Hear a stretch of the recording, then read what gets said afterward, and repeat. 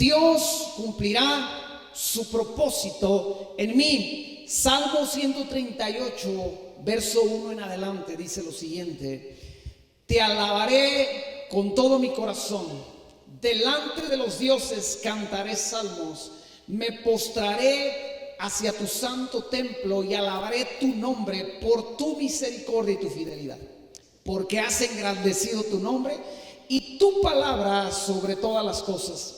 El día que clamé, me respondiste, me fortaleciste con vigor en mi alma. Te alabarán, oh Jehová, todos los reyes de la tierra, porque han oído los dichos de tu boca y cantarán de los caminos de Jehová. Porque la gloria de Jehová es grande, porque Jehová es excelso y atiende al humilde, mas al altivo mira de lejos. Si anduviere yo en medio de la angustia, tú me vivificarás. Contra la ira de mis enemigos extenderás tu mano y me salvará tu diestra. Y el verso 8 cierra diciendo: Jehová cumplirá su propósito en mí. Y así se titula la prédica: Jehová, Dios, cumplirá su propósito en mí. Y David, que es el autor de este salmo, sabía que Dios tenía un propósito en él. Y esta es una revelación que muchos cristianos no llegan a entender y a reconocer a través de su cristianismo de 1 año, 5 o 10 años, y no entienden que Dios tiene un propósito en ellos. Y si usted busca la palabra propósito en el diccionario, en el Google, usted encontrará que propósito se explica así, se entiende así: determinación firme de hacer algo, objetivo que se pretende alcanzar. Y recuerde que Dios no es como nosotros. Dios no dice: este año sí me pongo a dieta y es mi propósito, y lo posponemos para el año que viene porque no cumplimos. Dios no es como tú y como yo. Dios tiene un propósito y Él cumple su propósito. Y estas son excelentes noticias. Dios, si sustituimos lo que el diccionario dice, diría así David: Dios cumplirá lo que ha determinado firmemente hacer en mí. Dios lo va a cumplir. Dios cumplirá el objetivo que pretende alcanzar en mí. Esta es una verdad, hermano, hermana, que debería de arrasar como una avalancha a todo desánimo, a todo cansancio, a toda incredulidad que pretende entrar en mi vida. Cuando viene la tristeza, yo debería responderle: tristeza, no tengo tiempo para ti porque Dios tiene un propósito en mí.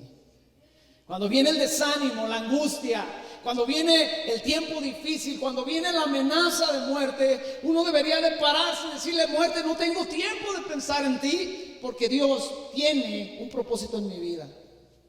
Dile al que está a tu lado: Dios tiene un propósito en mí. Y Dios tiene un propósito en ti. Y escucha, si miramos a una ventana de la historia donde podemos ver la vida de este hombre, de este admirable hombre que escribió este salmo tan hermoso, y vamos a 1 de Samuel capítulo 17 y nos asomamos solamente a una parte de la vida de este hombre que entendió y escribió: Dios tiene un propósito en mí. Su vida no fue perfecta. David escribió estos versos y su vida no fue un lecho de rosas. ¿Cuántos saben eso de David? No importa en la circunstancia que él vivió, él enfrentó adversidad, enfrentó peligro, enfrentó tiempos malos, enfrentó tiempos de desánimo, tiempos de amargura. Pero sin embargo lo encuentras en el Salmo 138, dice: Dios tiene un propósito en mí y lo va a cumplir. Y leemos del verso 12 al 15 y dice lo siguiente acerca de David: y David era hijo de aquel hombre efrateo de Belén, de Judá, cuyo nombre era Isaí, el cual tenía 8 hijos. Y en el tiempo de Saúl, este hombre era viejo y de edad, y de gran edad entre los hombres. Y los 3 hijos mayores de Isaí habían ido para seguir a Saúl a la guerra. Y los nombres de sus 3 hijos que habían ido a la guerra eran Eliab, el primogénito, el segundo Abinadab y el tercero Sama. Y David era el menor. Siguieron pues los 3 mayores a Saúl. Verso 15. Escucha lo que dice. Pero David había ido y vuelto, dejando a Saúl para apacentar las ovejas de su padre en Belén. Escucha, este hombre es el que escribió: Dios tiene un propósito en mí, Dios cumplirá su propósito en mí. Este es el joven que escribió estas palabras, esta verdad tan reveladora. Y el contexto en el cual se encuentra este joven es que, número 1, este había sido ungido para ser rey a una edad muy temprana. Habiendo estado todavía el rey Saúl sobre el trono, el profeta Samuel viene y lo unge a David como rey, a un jovencito. Pero no solamente él batalló o tuvo que enfrentar esta noticia tan buena, pero llena de cuestionamientos. Había enfrentado el menosprecio de su familia, de sus hermanos, porque no lo habían invitado a la cena más importante que la familia había tenido. Él había sido llamado a la escena bíblica desde muy joven y había sido puesto al servicio del rey de Israel. Y no solo esto, sino que el rey lo nombró su escudero. Y no solo esto, sino que a la vez de todo esto que llegó a su vida de un día para otro, él tenía que ser un pastor de ovejas. Y no solo eso, ahora tenía que ser un buen músico, porque el rey estaba necesitando un buen músico que le ayudara en sus crisis. Y se había convertido ahora en el músico personal del rey. Todo esto le vino a un jovencito que los historiadores piensan que tenía como 17 años. Le dicen: tú vas a ser el músico del rey. Y el rey le dice: y tú vas a ser también mi escudero. Pero no se te olvide que también eres el hombre de confianza de tu padre, eres el que cuida las ovejas de tu padre. Y dice el verso 15: pero David había ido y vuelto.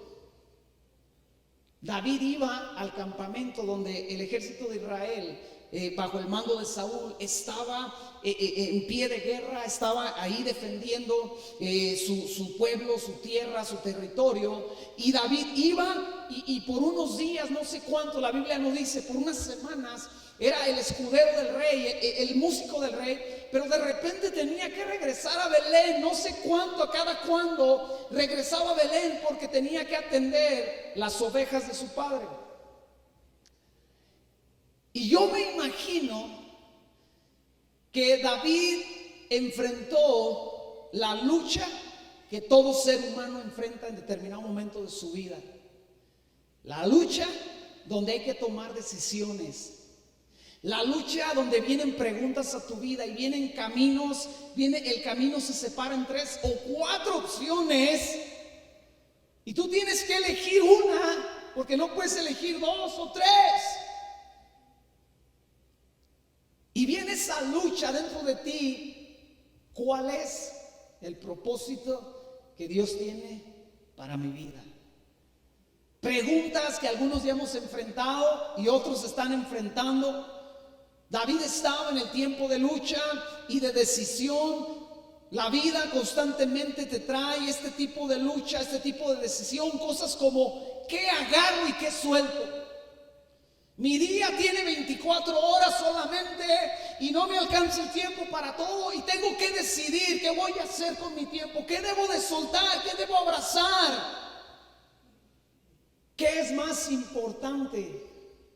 Me pregunto que David decía, bueno, ¿qué hago? O sea, el rey me ocupa como su escudero, como su músico, pero también necesita mi padre de mí, porque yo soy su hombre que le cuida en las ovejas, soy el que le cuida el negocio. ¿Qué hago? ¿Cómo me parto en Dios? No, Señor, ¿cómo lo hago? Porque quiero estar aquí, quiero estar allá. Y le pasaba lo que a la niña que quería estar en la casa de la abuela y en la casa de la mamá. Porque los dos le encantaban, los dos lugares, las dos casas le encantaban. Y quería vivir con su abuela, pero a la vez quería vivir con su mamá porque amaba a las dos. ¿Cuántos han enfrentado cosas así en su vida? Tal vez estás en un momento así y no es casualidad que estés escuchando esta palabra. ¿Continúo o paro? ¿En quién confío y en quién no? La vida te trae este tipo de preguntas.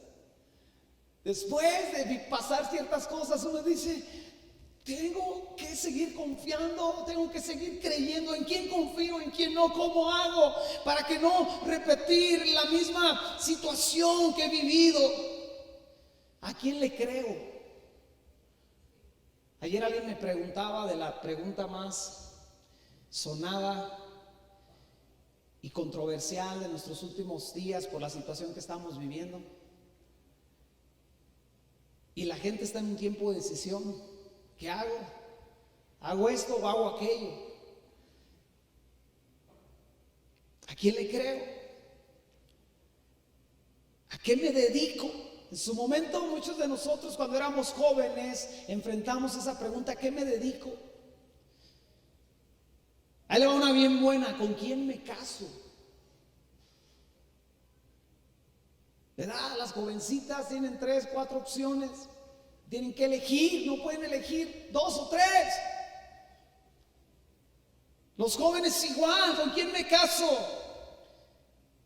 ¿Cuántos hijos debo de tener, Señor? Una pregunta que muchos se enfrentan, ¿dónde me congrego, Dios? ¿En qué sirvo en la iglesia?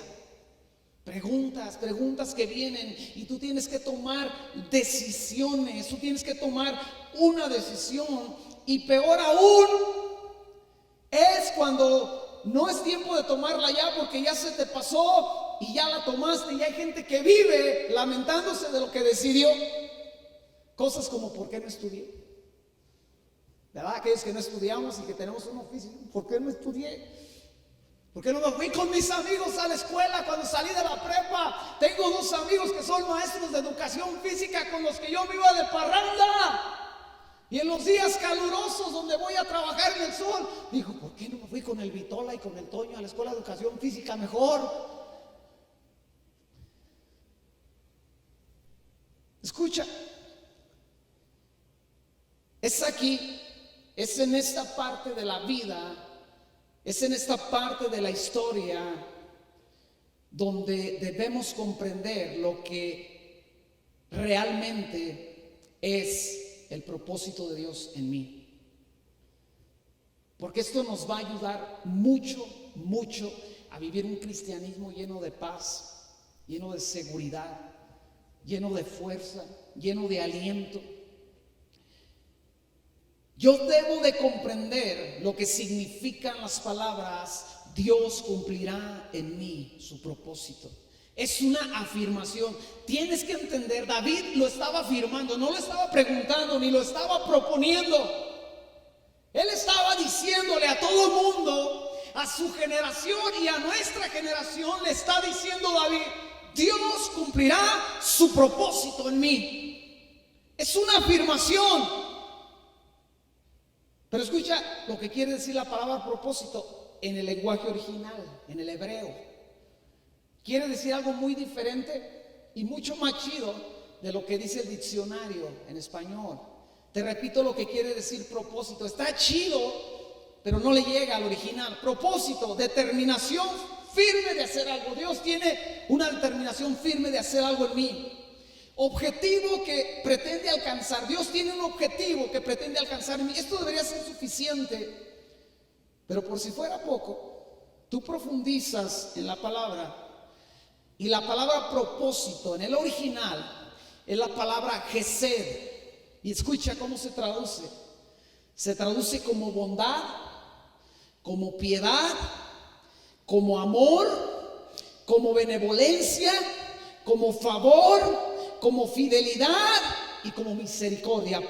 Gesed, todo esto quiere decir propósito en el original. Y esta palabra Gesed viene de la palabra Hasá y quiere decir, esta palabra propósito quiere decir agachar el cuello en cortesía a un igual, ser amable, mostrarse misericordioso.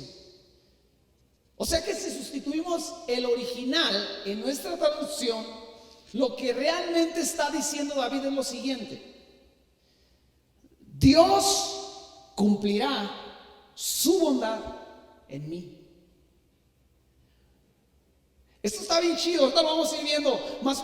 Dios cumplirá su piedad en mí. Él está afirmando eso.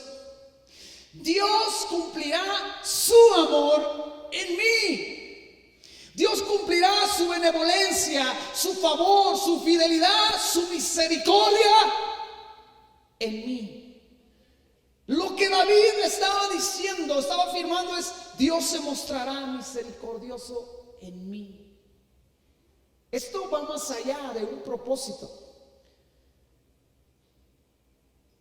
Y más sorprendente aún, cuando agarras la palabra de la cual viene, que es agachar su cuello en cortesía.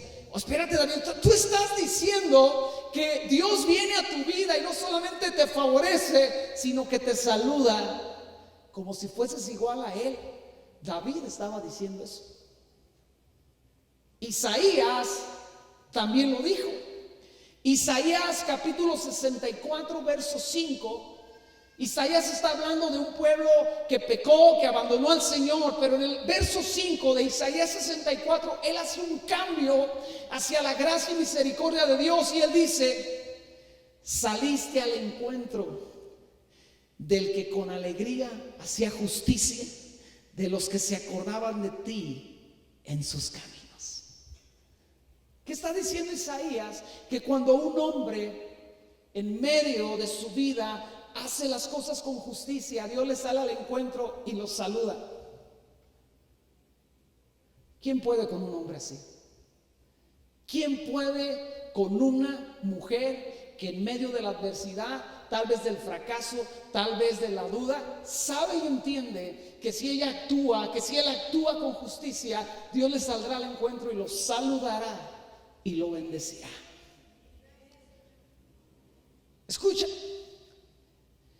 Debemos entender la diferencia, iglesia, entre el propósito de Dios y la voluntad de Dios. No es lo mismo el propósito de Dios en mí que la voluntad de Dios en mí. La semana que entra hablaremos, si Dios nos da licencia, de la voluntad de Dios en mí. De hecho, hay una prédica ahí en internet que subimos que habla de la voluntad de Dios para mi vida. Hicimos aquí un experimento con unos vasitos y sacamos a flote la voluntad de Dios de una forma práctica. Usted la puede ver. Se llama la voluntad de Dios para mí. Y no es lo mismo el propósito de Dios en mí que la voluntad de Dios para mí. Escucha, el propósito de Dios no es algo que se cumple en un día. Es algo que se cumple cada día de tu vida. Si fuera algo que se cumpliera en un día, David hubiera dicho: Dios cumplió su propósito en mí. Porque su propósito era hacerme rey. Y como ya soy rey, ese es el propósito de Dios. Él hubiera escrito: Dios cumplió su voluntad, su propósito, en mí. Pero él escribió: Dios cumplirá su propósito hoy, mañana y cada día de mi vida. Yo estoy destinado a vivir en la misericordia de Dios. Era lo que él estaba diciendo. El propósito de Dios no se resume en un puesto. en un nombramiento, en un objetivo logrado, en una posición a la cual llegamos. El propósito de Dios es mi vida misma siendo abrazada por su abundante gracia y siendo derramada sobre mí en todo tiempo su gracia y su gran amor todos los días de mi vida, en tiempos buenos y en tiempos malos. Porque el propósito de Dios no es llevarte a una posición. El propósito de Dios es abrazarte cada día con su gran amor y su gran misericordia, sin importar si estás viviendo un tiempo de fracaso, de angustia. Todo va bien. El propósito de Dios es que estás bañado y cuando en ese buen día, con su amor, su gracia y su misericordia, Él te está abrazando. Pero en los días malos el propósito de Dios no se dejó de cumplir. Aún más, Él te abraza, te cubre, te arraiga en su amor cada día. Y David estaba diciendo eso. Todos los días de mi vida Dios me va a amar, Dios me va a salir al encuentro, Dios me va a saludar, Dios me va a derramar su grande y abundante misericordia sobre mí. Y ahí es donde usted entiende la actitud de este hombre cuando cometió su peor error. Mató a uno de sus hombres para quedarse con la esposa de ese hombre. Eso no es de cristianos, eso no es de alguien que teme a Dios. Sin embargo, cuando el profeta viene y lo confronta, él se humilla delante de Dios. ¿Por qué? Porque David entendía: me he equivocado, pero la gran misericordia de Dios está sobre mi vida. Y si yo me arrepiento, si yo reconozco que he fallado, esa misericordia me va a abrazar, me va a cobijar y me va a levantar. Y su Espíritu Santo no se irá de mí, como se le fue al rey Saúl, porque no se volvió a buscar a Dios, sino que se fue con una divina a que le dijera qué hacer. Se fue a consultar a los muertos. Dios cumplirá su propósito en mí. Te repito, si el propósito de Dios para David se hubiera cumplido a ser rey, él no tendría por qué haber dicho cumplirá. Él hubiera escrito cumplió. Lo que pasa es que David vivía dentro del propósito de Dios, vivía dentro del favor de Dios mientras pasaba cada etapa de su vida, mientras enfrentaba las adversidades y afrontaba las decisiones que debía tomar en la vida. ¿Sabe? Hace algunos años yo servía en una iglesia por 11 años, desde que aquella congregación comenzó, yo serví en esa congregación. Y después de 11 años, el llamado de Dios sobre nuestra vida nos llama a ir y buscar la voluntad de Dios. Pero no fue nada fácil, no fue nada sencillo, fue algo que dolió, fue algo que costó, fue algo que marcó nuestra vida y nos orilló a crecer y avanzar. Y eran tiempos de luto, de llanto, eran tiempos de dudas, tiempos de preguntas. Eran tiempos donde venía esa pregunta: Dios, ¿me equivoqué? ¿Tomé la decisión correcta? Señor, ¿oí tu voz realmente? Yo recuerdo que en medio de esa agonía le decía: Dios, es mi necedad, es mi hombre, es mi yo hablándome y siendo terco con algo que me he propuesto, o es realmente tu voluntad que me estás llamando a hacer algo. Y en medio de esa agonía, Dios estaba cumpliendo su propósito en mí.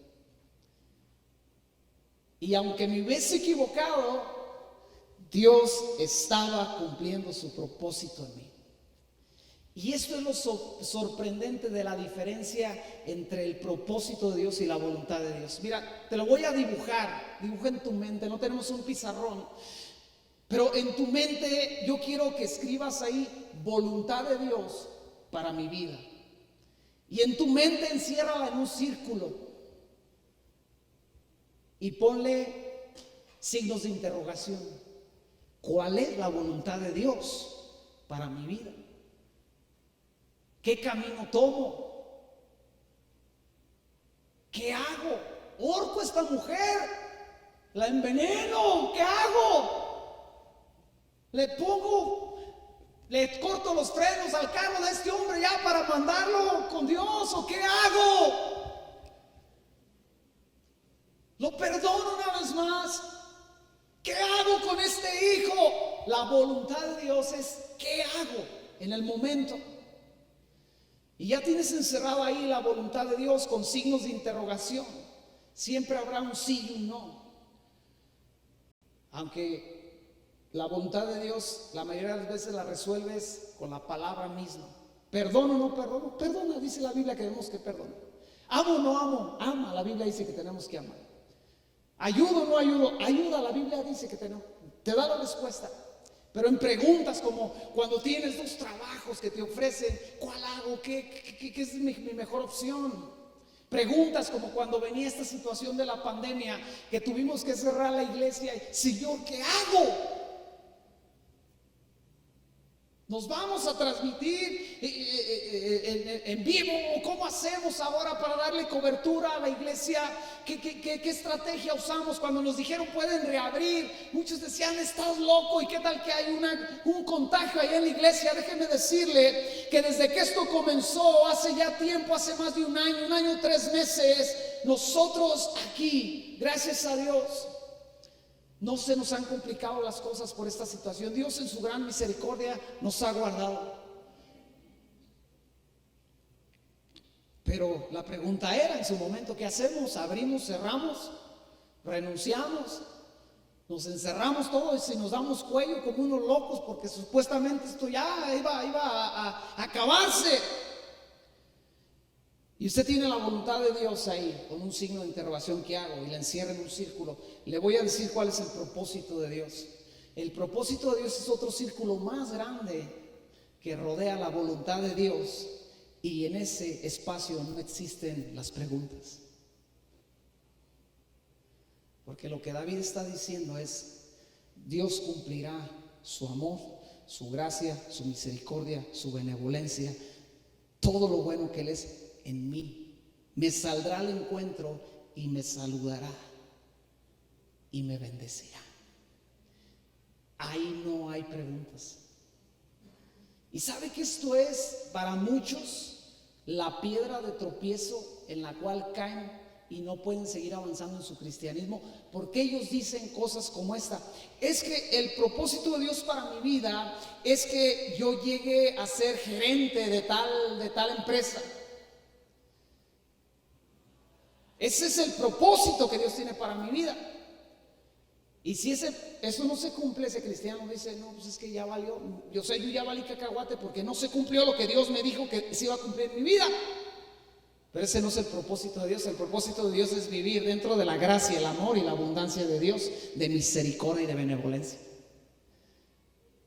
Y adentro del propósito de Dios está la voluntad de Dios. Ahí sí, la semana que entra vamos a ver que ahí sí hay que chambearle, y ahí sí hay que esforzarse, y ahí sí hay que hacer cosas. Usted no tiene que hacer nada para que Dios lo ame. Dios ya lo ama. Dios lo amaba cuando usted era un pecador. Dios ya me amaba cuando yo era un borracho y un alcohólico que pateó la primera Biblia que le regalaron. Dios ya me amaba. Si no me hubiera amado, me hubiera mandado en ese mismo instante al infierno. Pero su gran misericordia se derramó sobre mi vida, y en vez de juzgarme y condenarme y mandarme al infierno, me abrió el entendimiento y me hizo conocer que yo necesitaba su vida en mi vida. Escucha, alguien que piensa así es imparable. Alguien que piensa, el propósito de Dios se está cumpliendo en mí mientras yo encuentro la voluntad de Dios, se va a equivocar. ¿Y sabes qué va a pasar con su regada? Se va a levantar y va a seguir caminando porque sabe que Dios le sale al encuentro cada día. La va a regar, le van a decir, estás tarugo, menso, ¿qué estabas pensando cuando te casaste con ese hombre, esa mujer? ¿Qué estabas pensando? O cuando te divorciaste, porque como decía mi mamá, que si escupo estoy aguado y que si no escupo estoy reseco. Pero alguien que se ha equivocado y ha cometido los peores errores y que entiende el propósito de Dios, se levanta llorando al siguiente día por la regada que cometió y dice, si hago justicia, Dios me saldrá al encuentro. Si le busco, Él derramará su misericordia. En medio de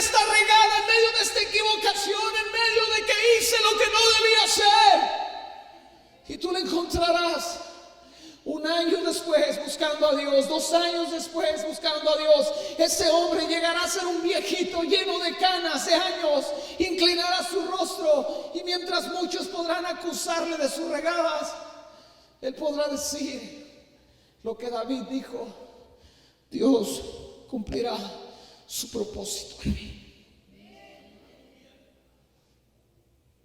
Es donde tú encuentras a lo que se refería Samuel en 1 Samuel capítulo 10 verso 7, cuando le dice a Saúl, el profeta Samuel le dice a Saúl: hoy, cuando te apartes de mí, te vas a encontrar una compañía de profetas, te van a dar un pan y te van a dar ciertas cosas.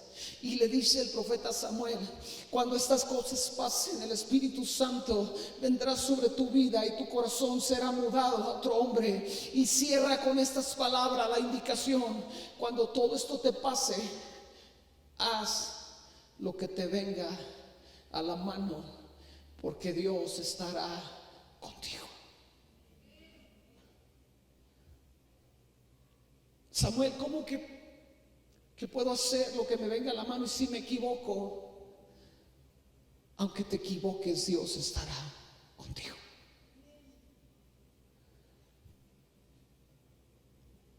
Y todos los que estamos aquí no somos carentes de errores que han afectado nuestra vida siendo cristianos. No somos carentes de errores que han afectado a otros hermanos que aman a Dios. No somos carentes de errores que han afectado a aquellas personas que están cerca de nosotros. Y sabes, aún así Dios nos ama. Esto no nos da derecho a practicar pecado, injusticia, maldad. Pero sabes, dice la Biblia, que aquel que se acuerda de Él en sus caminos, Dios le sale al encuentro. Alguien que piensa así es imparable. Pablo entendía y vivía esta verdad cada día de su vida y oraba que la iglesia pudiera entender esta verdad. En Efesios capítulo 3 versos 14 al 21, Pablo ora y dice: quiero que entiendan y comprendan cuán ancho, cuán largo, cuán alto y cuán profundo es el amor de Dios en Cristo Jesús. David lo entendía, por eso en el Salmo 139, versos 7 al 10 dijo lo siguiente: ¿a dónde me iré de tu espíritu? ¿A dónde huiré de tu presencia? Si subiera a los cielos, allí estás tú. Y si en el Seol, en el abismo, hiciere mi estrado, he aquí, ahí estás. Si tomare las alas del alba y habitar en el extremo del mar, aún allí me guiaría tu mano y me asiría tu diestra. David entendía que el Hijo de Dios está destinado para caminar en el amor de Dios en todo tiempo y en toda situación. Por eso decía Pablo: quiero que entiendan cuán ancho, cuán largo, cuán alto y profundo es el amor de Cristo. Y ese es el propósito de Dios sobre nuestra vida. Y se cumple cada día, lo entiendas, lo recuerdes, lo sepas, no lo sepas, lo puedes explicar, no lo puedes explicar. Cada día que tú te levantas en el amor de Dios. En el amor de Dios, en ese camino hermoso cometemos errores, lo hacemos. En ese camino necesitamos entender su voluntad, lo tenemos que entender. Pero sabes, iglesia, estamos en medio del propósito de Dios, pase lo que pase. Estas son buenas noticias para ti y para mí. Nos ponemos de pie.